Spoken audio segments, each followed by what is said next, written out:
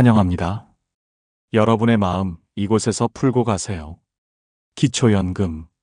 정부에서 챙겨주는 그 소중한 돈 말입니다. 65세를 넘기면 누구나 받을 줄 아셨죠? 그런데요, 여기서 반전이 나옵니다. 통장에 돈이 단 이 금액만 넘어도 정말로 단 한 푼도 받지 못하는 최악의 상황이 펼쳐집니다. 매달 고작 34만 원이지만 그것도 몇 년씩 받으면 수천만 원이 되는 엄청난 금액인데, 그 황당한 통장 잔고 때문에 모든 것이 하루아침에 완전히 끊겨버릴 수도 있다는 것입니다. 더욱 절망적인 건요, 그 돈이 자녀가 빌려준 금액이든 보험금이든 오랫동안 묵혀있던 적금이든 국가는 무조건 있는 돈으로만 계산해버린다는 살벌한 사실입니다. 그 돈 잠깐 맡겨놨던 거였는데요. 저는 쓴 적도 없고 제 돈도 아닙니다. 이런 필사적인 설명들은 모두 허사입니다. 국가 앞에서는 통하지 않습니다. 누군가는 매달 기초연금으로 누려지지만 누군가는 같은 나이에도 한 푼도 받지 못합니다. 그 차이 도대체 뭘까요? 모르면 큰 손해를 보고 알면 완전히 다른 인생을 살 수 있는 이 제도. 오늘 이 내용에서는요, 기초연금이 끊기는 정확한 기준부터 꼭 피해야 할 9가지 치명적 실수까지, 그리고 연금을 다시 되살리는 비법까지 모두 정리해드립니다. 지금부터 이 내용이 여러분의 노후를 완전히 바꿀 수 있습니다. 절대로 놓치지 마십시오. 오늘 주제가 마음에 드신다면 구독과 좋아요 눌러주세요. 여러분의 마음을 안아주는 좋은 컨텐츠로 보답하겠습니다. 자, 그럼 대공개합니다. 도대체 왜 어떤 분은 기초연금을 받고 어떤 분은 완전히 배제되는 걸까요?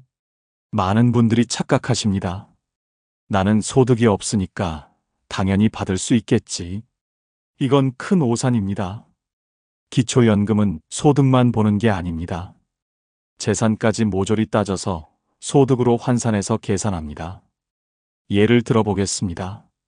내가 소득은 없고 그냥 예금으로 1억 원을 통장에 넣어뒀다고 해봅시다. 그럼 정부는 이렇게 계산해버립니다. 예금 1억 원 곱하기 4%, 연 400만 원, 월 약 33만 원. 이것을 소득으로 간주해서 실제 소득은 0원이어도 소득 있는 사람처럼 계산해버리는 겁니다. 이게 바로 소득인 정액이라는 개념입니다. 즉, 실제로 돈을 벌지 않아도 재산이 많으면 넌 충분한 여유가 있으니까 연금 줄 필요 없다라는 무자비한 판정이 내려지는 거죠. 여기서 절대 넘을 수 없는 기준선이 나옵니다. 바로 소득인 정액 기준선입니다. 2025년 기준으로 단독 가구는 월 소득인 정액 228만 원 이하, 부부 가구는 364만 8천 원 이하여야 기초연금을 받을 수 있습니다. 단 1만 원만 초과해도 바로 탈락됩니다. 예를 들어 월 50만 원짜리 월세 수입이 있고 예금이 약 7천만 원 정도 있다면 이 둘을 소득으로 환산해 합산했을 때 소득인 정액 기준을 초과하게 되면 기초연금은 단 한 푼도 지급되지 않습니다. 나는 진짜 아무 소득도 없는데 왜 탈락이지? 이 절규 같은 외침을 내는 분들 정말 많습니다. 집도 없고 일도 안 하는데 왜 나만 못 받아요? 하고 눈물 흘리시는 분들요. 예를 들어 어떤 분은 전세보증금 1억 2천에 살고 계셨습니다. 소득도 없고 자식 도움 없이 혼자 사는 분이었죠. 당연히 받을 줄 알았습니다. 그런데 결과는 탈락. 이유는 전세보증금이 너무 높다라는 거였습니다. 전세보증금도 무시무시하게 재산으로 보고 소득으로 환산하기 때문에 기준을 초과하면 자동으로 탈락됩니다. 이해는 안 되지만 제도는 그렇게 작동합니다. 특히 최근 몇 년 사이 소득 환산율과 기준 금액이 계속 요동치고 있어서 전엔 됐는데 갑자기 안 된대요 하시는 분들이 정말로 많습니다. 그리고 또 하나의 치명적 사실. 배우자 소득 재산까지 전부 합산해서 계산됩니다. 남편이 직장 다니고 있어서 월급 조금이라도 있으면, 아내가 조그만 임대 수익이 있으면, 나의 개인 상황과는 상관없이 가구 전체 소득으로 판단되기 때문에 나는 받을 자격이 있다고 생각해도 알고 보면 무서운 탈락 통보가 날아옵니다. 그러다 보니 나는 당연히 받을 줄 알았는데 왜 탈락이야? 이런 씁쓸한 상황이 거의 매일 나타납니다. 그런데요, 이런 피해는 대부분 몰라서 생긴 실수 때문입니다. 지금부터 말씀드릴 9가지 실수 중 단 하나만 걸려도 기초연금은 단 한 푼도 못 받습니다.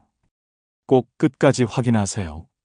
그리고 이제부터라도 바꾸면 다시 받을 수 있습니다.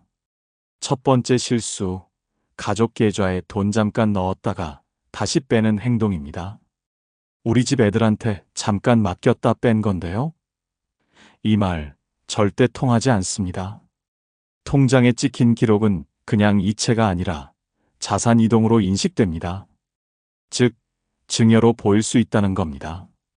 잠깐이든 오래든 기록은 그대로 남고 기초연금 산정할 때 재산으로 포함됩니다. 두 번째 실수, 차명으로 적금 넣었다가 본인이 찾는 행동. 예를 들어 아들 이름으로 적금을 넣었다가 나중에 엄마가 찾아가면 어떻게 될까요? 국민연금공단은 이런 행위까지 본인의 금융자산으로 간주할 수 있습니다. 실제로 이런 경우 연금 전액 삭감된 사례도 있습니다. 세 번째 실수, 본인 소유 부동산을 자녀에게 싸게 넘기는 행위. 시세보다 너무 낮은 가격으로 넘기면 그 차액만큼은 증여로 보고 증여세가 붙을 수 있습니다. 뿐만 아니라 기초연금에서도 재산이 줄었지만 실질은 그대로라고 판단돼 연금 감액 사유가 됩니다. 네 번째 실수, 사업자 등록을 유지한 채 아무 소득 없는 척하는 것. 소득이 없어도 사업자 등록만 유지돼 있으면 추정소득이 계산됩니다. 즉, 실제 소득은 없는데 있는 걸로 간주해서 기초연금이 삭감될 수 있는 겁니다. 폐업 신고하지 않은 상태라면 주의하셔야 합니다. 다섯 번째 실수, 고급 자동차를 보유하고 있는 경우. 여기가 중요한데요. 2024년부터 기준이 바뀌었습니다. 예전에는 배기량 3000cc 이상 또는 차량가액 4천만 원 이상이면 고급차로 분류됐습니다. 하지만 지금은 배기량 기준이 완전히 폐지됐습니다. 2024년부터는 오직 차량가액만 봅니다. 차량가액이 4천만 원 이상인 승용차, 승합차, 이륜차가 고급 자동차로 분류됩니다. 고급 자동차로 분류되면 그 차량가액이 월 소득으로 100% 반영됩니다. 예를 들어 4,500만 원짜리 차를 가지고 있다면 그 4,500만 원이 그대로 한 달 소득으로 잡힌다는 겁니다. 당연히 기초연금은 받을 수 없게 되죠. 그런데 반대로 차량가액이 4천만 원 미만이면 배기량이 3000cc가 넘어도 일반 자동차로 분류됩니다. 일반 자동차는 연 4%만 소득으로 환산하기 때문에 기초연금 받는데 큰 영향을 주지 않습니다. 그리고 또 하나, 차가 몇 대든 상관없습니다. 고급차만 아니면 됩니다. 예를 들어 1천만 원짜리 차 3대를 가지고 있어도 각각이 4천만 원 미만이면 전부 합쳐서 연 4%만 적용되는 거죠. 심지어 오래된 차라도 고가 수입차로 분류되면 기초연금이 전혀 나오지 않을 수 있으니 현재 차량가액을 꼭 확인해 보셔야 합니다. 여섯 번째 실수, 보험을 해약하면서 환급금을 수령한 경우입니다. 오래된 보험 하나 정리했을 뿐인데 그 환급금이 재산으로 간주돼 연금이 탈락된 사례가 많습니다. 특히 수천만 원 단위로 해약금이 들어오면 소득 인정액 기준을 훌쩍 넘겨버립니다. 필요해서 해약한 건데요. 이 말 전혀 통하지 않습니다. 일곱 번째 실수, 자녀명의 통장을 대신 관리하면서 자유롭게 출금하는 경우. 이건 세무조사에서도 자주 걸리는 유형인데요. 자녀 이름이지만 부모가 자유롭게 쓰면 사실상 본인 자산으로 간주됩니다. 특히 큰 금액이 오가면 기초연금 감점 사유가 됩니다. 8번째 실수, 월세 수입을 신고하지 않고 조용히 넘기는 행동입니다. 신고 안 하면 없는 줄 알겠지? 큰 오산입니다. 요즘은 국세청과 연동된 자료를 통해 자동으로 월세 수익이 파악됩니다. 몰랐다고 해도 일단 소득으로 잡히는 순간 연금은 바로 탈락입니다. 9번째 실수, 5년 이내에 재산을 갑자기 정리한 경우. 기초연금은 현재 상황만 보는 게 아닙니다. 최근 5년간의 금융거래, 부동산 거래 등도 모두 살펴봅니다. 예를 들어 몇 달 전에 아파트를 팔고 현금을 들고 있다면 그 돈은 그대로 금융재산으로 포함됩니다. 지금은 돈이 없다고 해도 소용이 없습니다. 그렇다면 이렇게 복잡하고 까다로운 기준 속에서 기초연금을 안정적으로 받기 위해서는 무엇을 준비해야 할까요? 지금부터는 몰라서 손해보지 않으려면 반드시 알아둬야 할 5가지 준비를 하나씩 아주 구체적으로 알려드리겠습니다. 이제부터는 막연한 걱정이 아닌 실제로 연금을 받기 위한 실전 전략입니다. 지금부터 집중해 주세요. 첫째 준비, 가구 기준에서 개인 기준으로 구조를 이해하세요. 많은 분들이 이렇게 말씀하십니다. 나는 소득도 없고 집도 없는데 왜 탈락인가요? 하지만 기초연금은 개인이 아니라 가구 단위로 소득과 재산을 따져봅니다. 남편이 직장을 다니거나 아내가 임대 수입이 있어도 그 수입은 모두 가구 소득으로 계산됩니다. 즉, 내가 어려워도 배우자가 일정 소득이 있으면 탈락될 수 있는 구조인 겁니다. 기초연금은 내가 어렵다보다 우리 가족이 전체적으로 얼마나 어려운가를 보는 제도입니다. 그래서 혼자만의 판단보다 반드시 부부 합산 기준으로 확인해야 합니다. 둘째 준비, 금융재산은 5년 전부터 천천히 정리해야 합니다. 기초연금은 단순히 현재만 보는 게 아니라 최근 5년간의 거래까지도 모두 들여다봅니다. 갑자기 예금을 정리하거나 부동산을 팔고 현금이 들어오면 그 기록은 고스란히 금융재산으로 환산됩니다. 예를 들어 아파트를 팔고 받은 3억 원이 있다면 지금은 집이 없어도 그 3억은 소득인정액에 포함됩니다. 그래서 갑자기 큰 돈을 움직이는 것보다는 5년 전부터 계획적으로 천천히 정리하는 것이 가장 안전합니다. 지금이라도 너무 많은 예금이나 부동산이 있다면 구조 점검이 필요합니다. 셋째 준비, 자동차는 4천만 원 미만으로 맞추세요. 자동차 역시 재산입니다. 2024년부터 배기량 기준은 완전히 없어졌고 오직 차량가액만 봅니다. 차량가액이 4천만 원 이상이면 고급차로 분류돼서 그 금액이 월 소득으로 100% 반영됩니다. 문제는 오래된 차라도 고급차로 분류되면 시세가 높게 책정돼 감점 대상이 될 수 있다는 점입니다. 가장 안전한 기준은 차량가액을 4천만 원 미만으로 유지하는 것입니다. 이미 4천만 원 이상 차량을 보유 중이라면 처분을 고려해 보는 것이 좋습니다. 넷째 준비, 사업자 등록을 반드시 정리하세요. 어떤 분들은 사업은 안 하고 있는데 사업자 등록만 그대로 남겨두는 경우가 있습니다. 이 경우 실제 수입이 없어도 국민연금공단에서는 추정소득을 자동으로 잡습니다. 그래서 연금수급심사에서 소득이 있다고 간주돼 탈락하는 사례가 많습니다. 사업을 하지 않고 계시다면 반드시 홈택스에서 폐업 신고를 완료해 주셔야 합니다.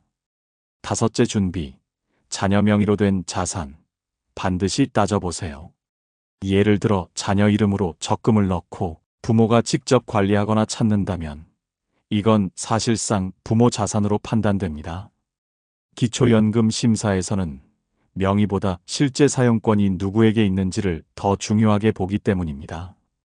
즉, 자녀 명의 통장이 있어도 부모가 자유롭게 입출금하고 있다면 해당 금액은 전부 본인의 금융재산으로 간주돼 불이익이 발생할 수 있습니다.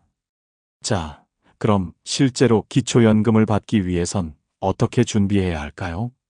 그냥 가만히 있으면 주는 거 아니냐? 하고 계시면 안 됩니다. 신청도 직접 해야 하고 내 자산 상태도 미리 점검해둬야 합니다. 잘못 관리하면 조건은 되는데도 탈락할 수 있어요. 첫째, 예금은 쪼개서 분산 관리하세요. 그냥 한 통장에 다 넣어두는 게 편하잖아. 뭐가 문제야? 이렇게 생각하시는 분들 의외로 많습니다. 하지만 기초연금에서는 그 편함이 오히려 불리하게 작용합니다. 예를 들어 A 어르신이 통장 하나에 예금 1억 원을 묶어두고 계셨습니다. 아무리 안 쓰고 가만히 있어도요. 이건 그대로 재산으로 잡혀서 월 소득으로 환산됩니다. 4%의 이자율을 적용하면 그냥 가지고만 있어도 한 달에 약 33만 원을 번 것처럼 계산되는 거죠. 그렇게 되면 소득인 정액이 기준을 초과해서 탈락하기 쉽습니다. 하지만요, 이 예금을 2천만 원, 3천만 원씩 나눠서 생활비 통장, 자녀 지원금 통장, 공과금 자동이체 통장 등으로 용도를 구분해서 관리하면 단순한 저축이 아닌 생활 목적 자금으로 인정될 수 있고 소득인 정액 계산 시 더 유리하게 평가받을 수 있습니다. 물론 단순히 통장만 나눈다고 되는 건 아닙니다. 왜 이 통장이 따로 있느냐, 이 돈이 어디서 왔느냐에 대한 입출금 내역과 사용 목적이 분명해야 합니다. 즉, 실제로 생활에 쓰이고 있다는 흔적이 있어야 이건 저축이 아니라 생활비입니다. 하고 인정받을 수 있다는 거죠. 정리하자면 한 통장에 몰아두는 건 돈이 많아 보이게 만들고 나눠서 용도를 구분하면 실제 형편대로 판단받을 수 있습니다.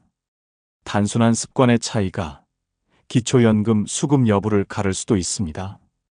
꼭 미리 정리해 두시길 권해드립니다. 둘째, 보험은 해약보다 유지가 유리할 수도 있습니다.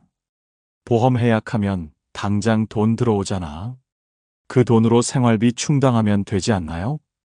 이렇게 생각하시는 분들 실제로 굉장히 많습니다. 하지만 기초연금 심사 기준에서는 그 생각이 탈락의 지름길이 될 수 있습니다. 예를 들어 B어르신이 15년 넘게 유지해온 보험을 갑자기 해약해서 환급금 2,500만 원을 받았습니다.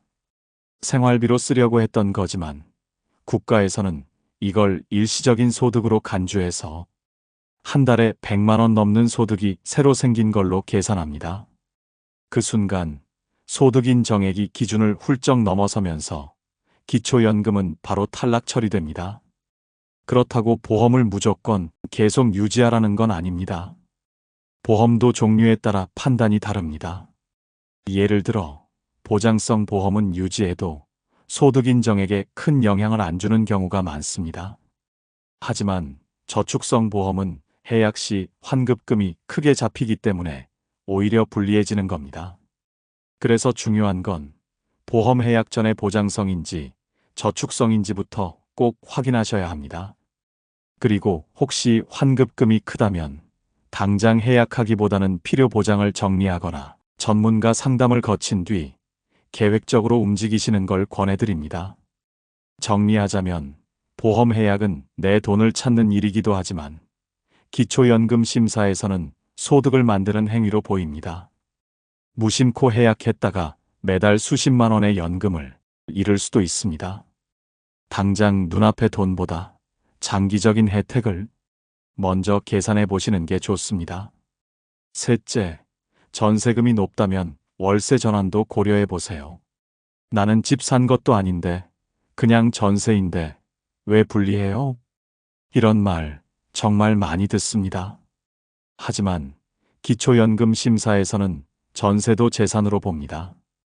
그게 바로 문제입니다. 예를 들어 시어르신이 살고 있는 전셋집 보증금이 1억 6천만 원의 4%는 연 640만 원, 즉 한 달에 53만 원을 버는 것처럼 계산한다는 뜻입니다. 그렇게 되면 소득인 정액이 초과되어 연금 수급이 어려워질 수 있습니다. 그렇다면 방법은 없을까요? 있습니다. 바로 전세를 월세로 일부 전환하는 겁니다. 물론 월세는 매달 나가는 돈이라 걱정이 되시겠지만 기초연금 심사에서는 소득보다 지출이 많은 사람이 형편이 더 어렵다고 판단됩니다. 예를 들어 보증금 1억 6천 중 일부를 빼서 보증금 3천에 월세 40만 원으로 바꾸면 보증금이 줄어들면서 소득 환산액이 낮아지고 실제 월세 지출은 공제 항목으로 들어가서 결과적으로 소득 인정액이 확 내려갑니다. 단 여기서도 주의할 점은 있습니다. 형식만 월세로 바꿨지 실제로는 돈을 안 내는 구조거나 자녀 집에 살면서 계약서만 그렇게 만든 경우 오히려 조사가 들어올 수 있습니다. 그래서 반드시 실제 임대차 계약서를 갖추고 계좌이체로 월세가 나간 기록까지 있어야 제대로 인정받을 수 있습니다.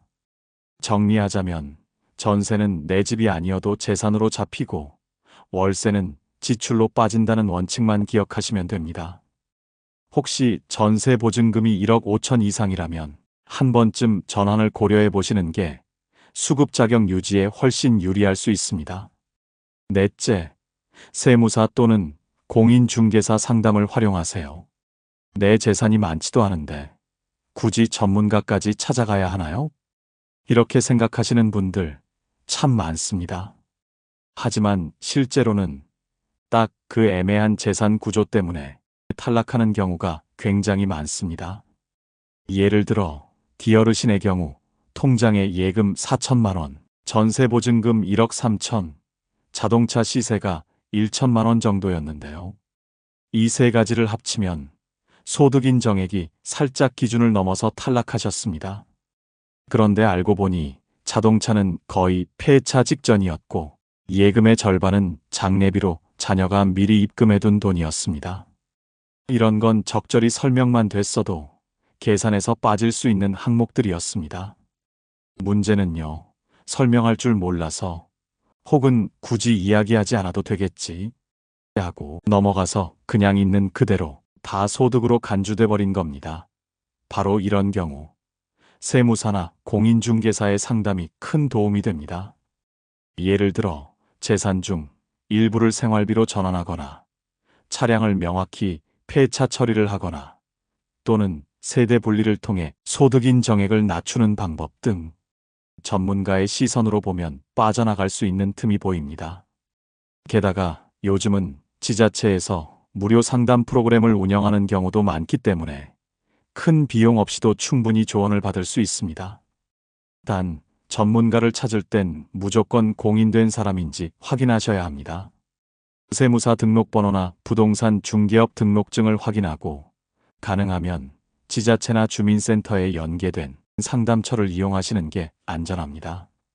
정리하자면 난 괜찮겠지 하고 넘겼다가 탈락하는 것보다 혹시 모르니 미리 점검해 볼까 하고 한 번이라도 전문가 조언을 받는 쪽이 훨씬 유리하고 안전합니다. 다섯째, 무엇보다 신청은 꼭 하셔야 합니다. 나는 자격될 것 같아서 그냥 기다리고 있었어요. 이렇게 말하시는 분들 정말 많습니다. 그런데요, 기초연금은 자격이 된다고 자동으로 주는 제도가 아닙니다. 신청하지 않으면 무조건 탈락입니다. 예를 들어볼까요? 이 어르신은 나이도 70세가 넘고 소득도 거의 없었기 때문에 나는 당연히 대상이겠지 하고 생각하셨답니다. 그런데 신청을 하지 않으셔서 3년 동안 단 한 푼도 못 받았습니다. 나중에 주민센터에서 왜 이제 오셨어요? 하고 묻자 알려주는 사람이 없었어요 하며 씁쓸하게 웃으셨다고 합니다. 또 한 가지, 신청을 했다고 해도 서류 한 장, 상담 한 번 때문에 탈락하는 경우도 있습니다. 건강보험료 납부 내역서 빠졌다고, 금융자산 내역에 누락된 통장이 있다고, 매달 30만 원에서 40만 원씩 몇 년 동안 날려버리는 일 실제로 많습니다. 그래서 꼭 아래 4가지는 꼼꼼히 챙기셔야 합니다. 노인 맞춤 돌봄 서비스 신청 여부, 기초연금과 연계될 수 있는 지원제도라 미리 체크해야 유리합니다. 기초생활수급자 여부, 중복되거나 혼동되는 항목이 있을 수 있으니 신청 전에 상담이 필요합니다. 건강보험료 납부 금액, 기준 금액을 넘으면 탈락 사유가 되므로 자녀와 함께 점검이 필요합니다. 금융재산 내역, 오래된 통장, 깜빡한 CMA 계좌까지도 잡히기 때문에 꼭 사전에 정리해서 제출해야 합니다. 결론은 단순합니다. 나는 될지 안 될지 모르겠는데요. 이런 분일수록 더더욱 신청하셔야 합니다. 되면 매달 연금 받고 안 되면 안 되는 이유라도 알 수 있거든요. 신청 안 한 게 가장 확실한 탈락 사유입니다. 망설이지 마시고 가까운 주민센터에 한 번이라도 꼭 들러보시길 권해드립니다. 여기서 몇 년치 연금이 갈릴 수도 있습니다. 여러분, 지금까지 기초연금 받는 방법과 주의할 점을 자세히 살펴보셨습니다. 그런데요, 기초연금 하나만으로는 부족하다고 느껴지는 분들 꽤 많으실 겁니다. 이 돈으로는 약값도 빠듯한데 뭐 다른 방법은 없을까요? 이 질문 너무나도 많습니다. 사실 있습니다. 기초연금 외에도 나라에서 마련해둔 노후 생활비를 위한 제도들이 여러 가지 있습니다. 단, 이것도 아는 사람만 챙겨갑니다. 모르면 못 쓰고 신청 안 하면 한 푼도 못 받습니다. 오늘은 특히 도움될 수 있는 4가지를 알려드릴게요. 잘 보시고 해당되시는 게 있다면 꼭 챙기시길 바랍니다. 첫 번째, 주택연금입니다. 내 집은 있는데 당장 생활비가 없어요. 자식들한테 손 벌리기도 미안하고 노후가 너무 팍팍하네요. 이런 말씀 많이들 하시죠? 그럴 때 꼭 살펴보셔야 할 제도가 바로 주택연금입니다. 이건 내가 지금 살고 있는 집을 담보로 맡기고 그 집에서 쫓겨나지 않고도 매달 일정 금액을 연금처럼 받는 제도입니다. 쉽게 말해 집을 팔지 않고 생활비를 만드는 방법인 거죠. 자격 조건은 이렇습니다. 부부 중 한 명이 만 55세 이상, 주택의 공시가격이 12억 원 이하일 것. 예를 들어 서울에 아파트 한 채가 있는 70대 부부가 있다고 해볼게요. 이 부부가 주택연금에 가입하면 그 집에서 계속 살면서도 매달 100만 원에서 200만 원까지 생활비를 받을 수 있습니다. 그리고 많은 분들이 걱정하시는 게 있어요. 그럼 집은 나라에 뺏기는 거 아니에요? 절대 그렇지 않습니다. 집은 여전히 본인 명의로 남아 있고요. 부부가 모두 사망한 후에도 자녀가 집을 물려받을 수 있습니다. 그때는 지급된 연금액만 상환하거나 집을 팔아서 정리하면 됩니다. 중요한 건 살고 있는 동안 절대 쫓겨나지 않는다는 것. 이건 법으로 보장되어 있으니 걱정하지 않으셔도 됩니다. 게다가 주택연금 수령액은 소득 인정액에서 일부 유리하게 반영되기도 하기 때문에 기초연금이나 기타 복지 수급 자격에도 긍정적인 영향을 줄 수 있습니다. 신청은 주택금융공사 HF 홈페이지나 전화 상담 1688-8114 혹은 가까운 은행 창구에서 가능합니다. 두 번째는 농지연금입니다. 이런 말씀 들어보셨죠? 나는 집도 없고 가진 거라곤 시골 밭 하나뿐이야. 그거 팔아도 돈 안 되고 그냥 그대로 두고만 있어요. 그런데 여러분, 그 밭 하나, 논 한 마지기도 그냥 놔두면 손해입니다. 왜냐하면 기초연금이나 각종 복지 혜택에서는 그 땅도 재산으로 계산되거든요.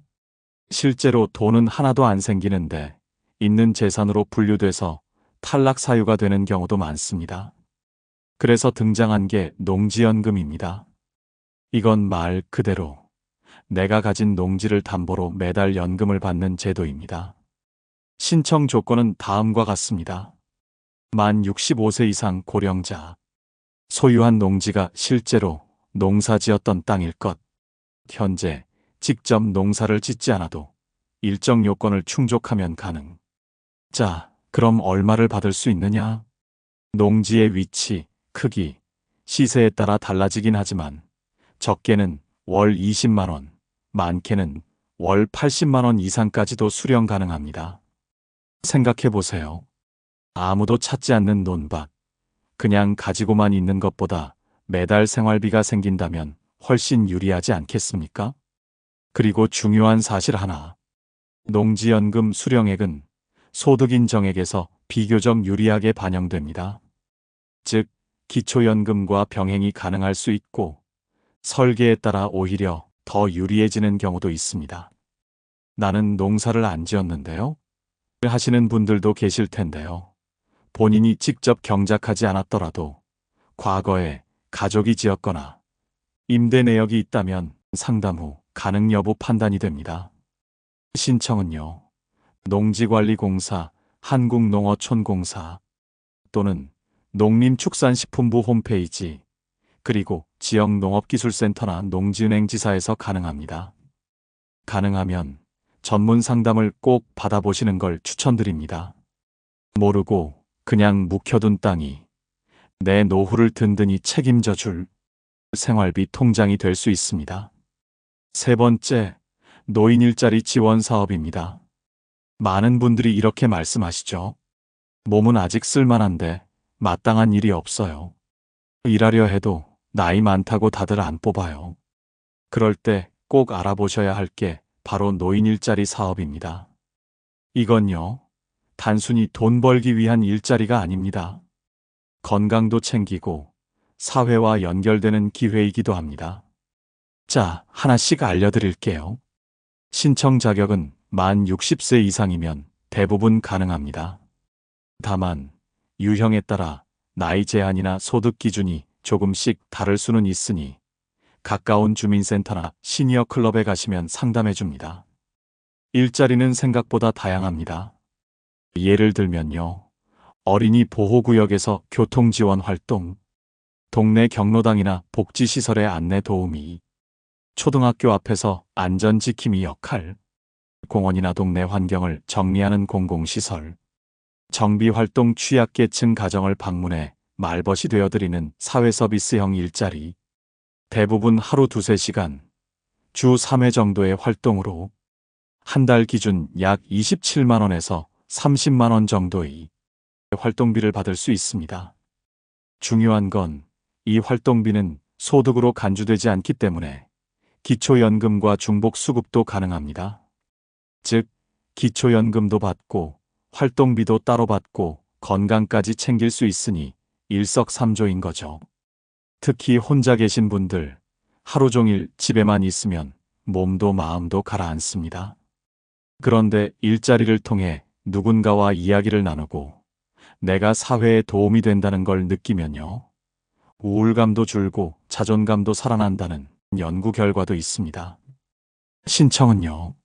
거주지 주민센터, 노인복지관 또는 시니어 클럽이라는 곳에서 하실 수 있습니다.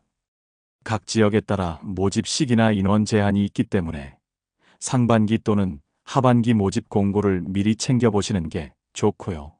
복지로 사이트에서도 관련 정보를 확인하실 수 있습니다. 마지막으로 꼭 알려드리고 싶은 건 기초생활수급자 제도입니다. 이건 조금 까다롭기도 하고 괜히 나 같은 사람이 되겠어?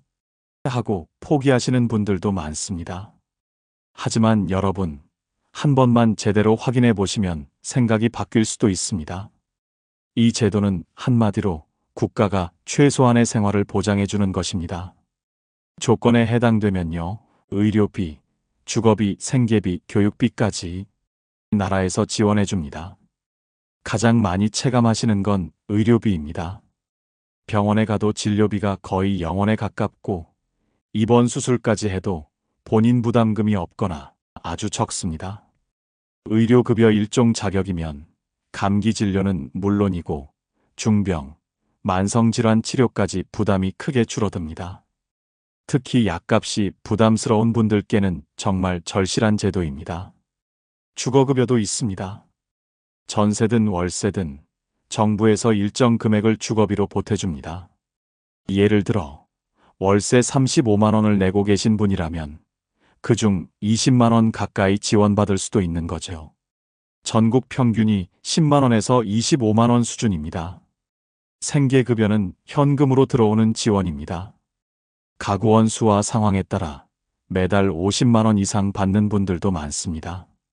기초연금과는 별도로 받을 수 있고요. 식비, 기본 생계 유지에 큰 도움이 됩니다. 교육급여는 손주들 키우는 분들께도 해당이 될 수 있는데요. 중학생은 연간 약 50만 원, 고등학생은 130만 원 이상이 학용품비와 수업료, 교과서 지원으로 나옵니다. 자, 그럼 이 정도면 무조건 신청해야 되는 거 아닌가 싶은데요. 현실은 조금 복잡합니다. 기초생활수급자는 소득 인정액과 재산 기준을 모두 만족해야 합니다. 예금이 많거나 집이 큰 경우엔 탈락될 수 있습니다. 또 하나 중요한 게 바로 부양 의무자 기준입니다. 자녀가 일정 수준 이상 소득이 있거나 차나 부동산 등 자산이 많으면 자녀가 도와줄 수 있으니 지원 못 드립니다 라고 나올 수도 있습니다. 하지만 최근에는 이 부양 의무자 기준도 완화됐습니다. 자녀가 있어도 따로 살고 있고 실제로 생활비를 전혀 주지 않고 있으며 본인이 경제적으로 어려운 상황이라는 걸 서류로 증명하면 수급자로 선정되는 경우도 많습니다. 그래서 무조건 안 될 거야 하고 포기하시면 안 됩니다. 주민센터 복지 담당자에게 방문하시거나 복지로 사이트에서 모의 계산을 해보시면 내가 지금 받을 수 있는지 확인이 가능합니다. 무엇보다 중요한 건 상담만 받아도 불이익은 전혀 없다는 것입니다. 오히려 지금은 몰라도 상황이 바뀌었을 때 우선순위로 등록되어 있을 수도 있죠. 여러분, 기초생활수급자는 가난한 사람만 받는 제도가 아니라 어려운 시기를 살아가는 분들을 위한 제도입니다. 꼭 혜택이 필요하다면 지금 한번 용기 내서 문을 두드려 보시길 바랍니다. 여러분, 평생을 가족 위해, 자식 위해 아껴오셨죠? 이제는 여러분 자신을 위해서도 한 번쯤 꼼꼼히 따져보셔야 합니다. 나는 아직 괜찮아? 복잡해서 귀찮아? 이렇게 넘기기엔 기초연금은 매달 수십만 원, 앞으로 수천만 원이 될 수도 있는 소중한 권리입니다. 신청 안 했다는 이유 하나로 그 모든 것을 놓치는 일이 없도록 꼭 이번엔 여러분 손으로 확인해 보셨으면 좋겠습니다. 여러분이 모르셔서 손해보는 일 더는 없었으면 합니다. 이 내용이 그 시작이 되었기를 바랍니다. 지금부터라도 늦지 않았습니다. 한 걸음씩 차근차근 준비해 보세요. 저는 언제나 여러분 편에서 든든하게 함께하겠습니다. 오늘 내용을 보며 여러분은 어떤 생각이 드셨나요? 여러분의 경험과 생각을 나눠주세요. 여러분의 이야기가 누군가에게 큰 위로와 깨달음이 될 것입니다. 오늘도 끝까지 읽어주신 여러분께 깊은 감사를 드립니다. 오늘 내용이 도움이 되셨다면 소중한 분들께 공유해 주시고 구독과 좋아요로 저를 응원해 주세요. 여러분과의 소중한 연결이 저에게 큰 힘이 됩니다.